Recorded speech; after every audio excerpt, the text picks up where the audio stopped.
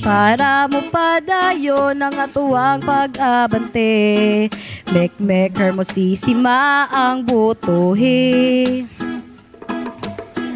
Aron nga muuswag ang atong syudad, kay siya may katakos ug abilidad.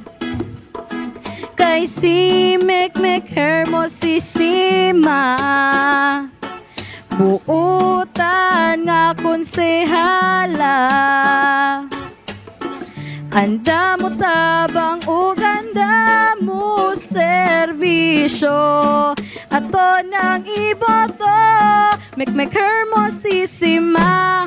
Magmahal, buhato na tanan para kita malipay. Mga problema hatagan og solusyon, kay kitang tanan giisip niya nga igsuon. Busa higala ayaw pagduha-duha, ang iyang pangalan isulat na sa balota. Karong eleksyon ayaw ninyo kalimti, pagkakonsihan Mek na ang butuhi.